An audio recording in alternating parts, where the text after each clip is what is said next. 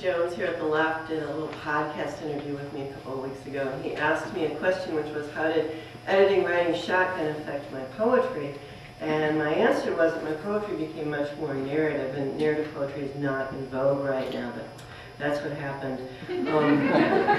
So the poem I'm going to read is kind of influenced by writing shotgun. It's about myself and my mother and my daughter, and it kind of links all of us together. It's called Dresses Everywhere. The presents for my baby daughter arrived in the mail for her spring birthday.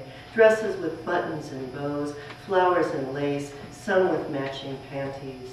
In her wide stanced wobble, she navigates the rooms, walking, then falling, getting caught in the hems as she crawls forward, tries to stand again, her pudgy white legs so vulnerable, her diapered bottom exposed.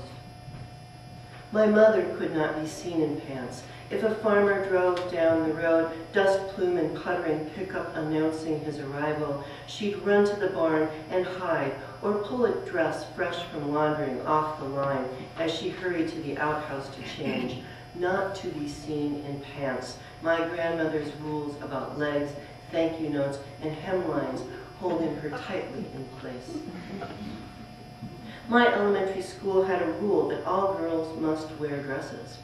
I wore thick green corduroy pants to school to warm my legs as I waited in line with the safety patrols, removing them in the damp-smelling wood-paneled cloakroom, hanging them on a blackened hook greased by the hands of a century of children before me.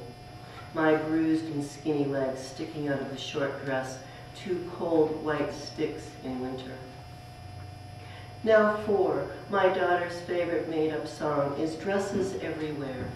She sings it in a tuneless voice, the lyrics changing each time. Her dresses must be pink or purple, with bows and lace, frills, or big white collars.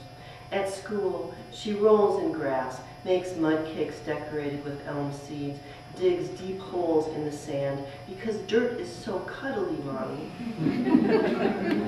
I long for the day that she will wear pants, cover her silky long legs with dense blue fabric to keep her safe, protected, clean, unharmed.